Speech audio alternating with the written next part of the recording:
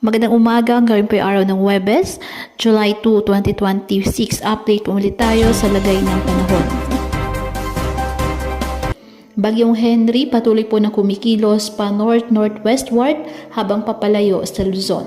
Patuloy po nakikilos ang Tropical Depression Henry west-northwestward habang papalayo sa Philippine landmass. Sa kasalukuyang forecast po, inaasahang lalabas ito ng ating Philippine Area of Responsibility ngayong araw.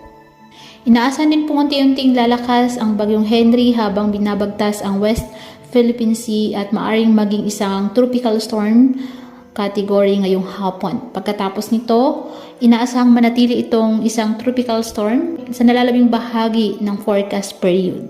Samantala, isa na pong bagyo ang isang low pressure area na nasa Marshall Islands. Sa labas po ito ng ating Philippine Area of Responsibility.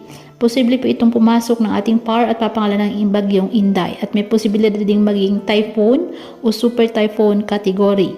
Dahil po malayo pa ang pinanggalingan nito at may favorable conditions sa daraanan nito. Hahampalusin ng bagyong tatawaging Inday sa July 6 ang Guam at Northern Mariana Islands bago ito pumasok sa PAR ng July 7 to 8. Ayon po sa kasalukuyang forecast, inaasang diretso sa Taiwan o Southern Japan ang bagyo. Posible pa pong magbago ang mga forecast track na nasabing sama ng panahon, kaya manatili lamang pong magantabay ng iba nating weather updates at sa updates po ng Pag-asa hinggil sa lagay ng panahon.